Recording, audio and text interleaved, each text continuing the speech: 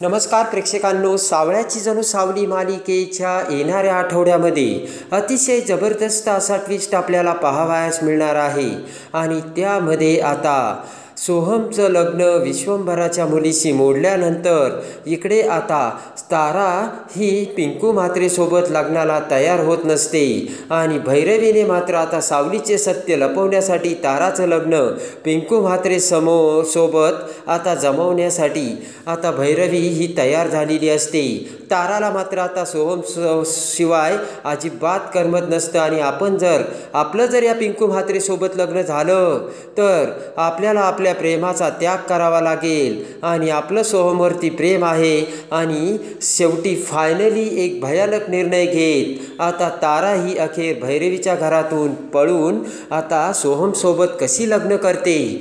आणि आता सोहम आणि तारा एकमेकांच्या गळ्यात हार घालून आता मेंदळ्यांच्या घरी येताच आता तिलोत्तमासमोर जेव्हा आता सोहम आणि तारा हे लग्न करून आल्याचे समजते त्याच वेळेस आता एकच मोठा धमाका उडून तिलोत्तमा आता ताराचा स्वीकार करणार का.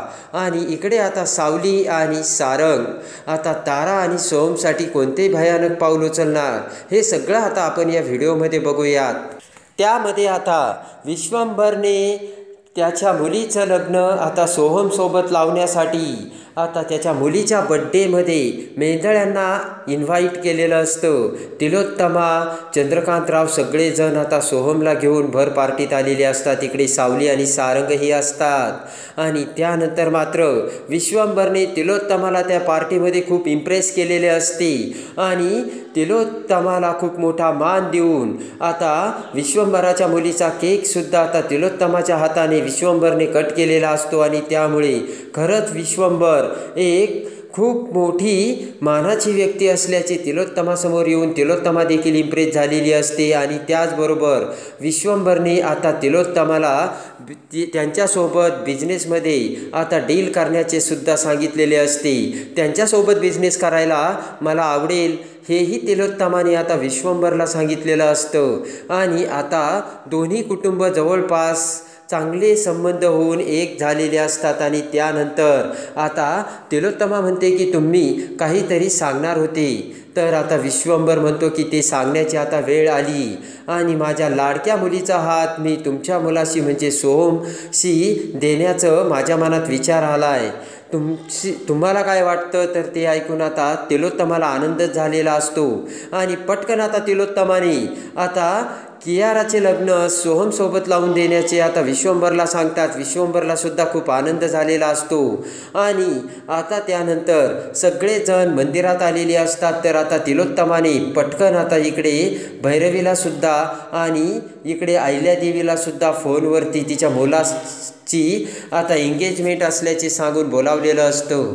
इकडे आता अहिल्यादेवी श्रीकांतसोबत आता इकडे तिलोत्तमाने सांगितल्यामुळे त्याच देवळात आलेली असते.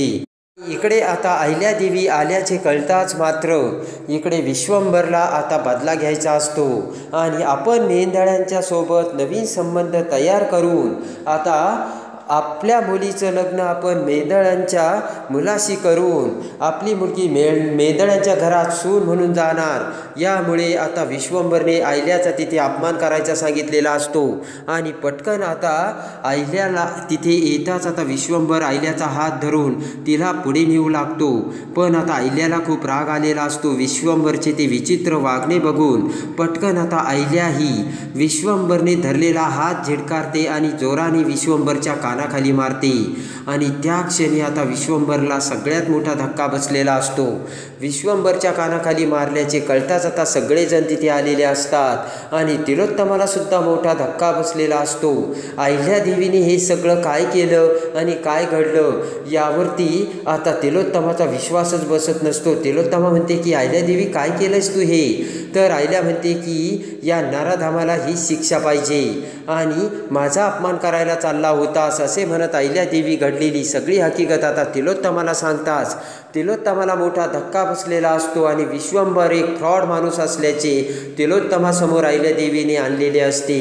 आणि जेव्हा हे सत्य आता तिलोत्तमाला समजते त्याच वेळेस आता तिलोत्तमाला राग येऊन एका झटक्यात तिलोत्तमाने सोहमचे आणि कियाराचे लग्न मोडलेले असते आणि त्यासाठी आता तिलोत्तमाने विश्वंभरला नकार दिलेला असतो आणि आता विश्वंभरला नकार देताच विश्वंभरला खूप मोठा धक्का बसलेला असतो आणि रागाने तिलोत्तमा आता सोहमचा हात धरून अखेर तिथून बाहेर पडलेली असते आणि इकडे आता तिलोत्तमाला सुद्धा सोहमने त्या लग्नासाठी नकार दिलेला असतो आणि आता लग्नासाठी सोहमने नकार देताच मात्र तिलोत्तमाला धक्का बसलेला असतो। पण ज्या वेळेस विश्वंभरचा खरा चेहरा आता तिलोत्तमासमोर येतो त्याच वेळेस आता बरं झालं एंगेजमेंट मोडली आणि आपण विश्वंभरशी जोडत असलेले नाते तोडले हे आता तिलोत्तमाच्या लक्षात आलेले असते।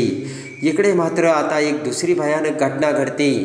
ताराला आता सोहमचं लग्न एंगेजमेंट होत असल्याचे समजलेले असते आणि त्यामुळे पटकन आता ताराने एक भयानक निर्णय घेतलेला असतो आणि तो निर्णय म्हणजे आता जर माझी मॉम जर पिंकू म्हात्रेसोबत माझं तिने लग्न लावून दिलं तर माझ्या प्रेमाचा मला त्याग करावा लागेल आणि पिंकू म्हात्रे देखील आता ताराला आवडत नसतो।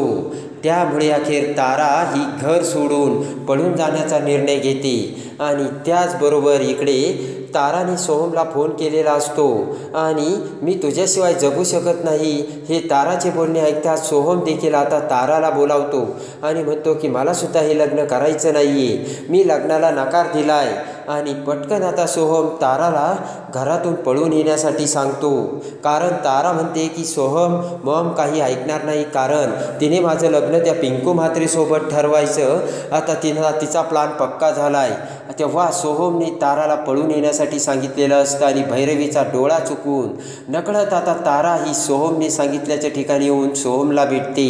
सोहमला भेटता क्षणी आता दोघांनीही भयानक निर्णय घेतलेला असतो आणि देवळात जाऊन चक्क दोघांनी आता देवाच्या साक्षीने एकमेकांच्या गळ्यात आता हार घातलेले असतात आणि तारा आणि सोहमचं लग्न झालेलं असतं आणि आता सोहम ताराला घेऊन आता मेंदळ्यांची सून बनून आता जेव्हा मेंदळ्यांच्या घराच्या दरवाजात येतो आणि ज्या वेळेस आता तिलोत्तमा ही सोहम आणि ताराला बघते आणि सारंग आणि सावली तो भयानक नजारा बघतात त्यावेळेस आता पुढे काय होणार, तिलोत्तमा आता ही ताराचा मेंदळ्यांची सून म्हणून स्वीकार करणार का?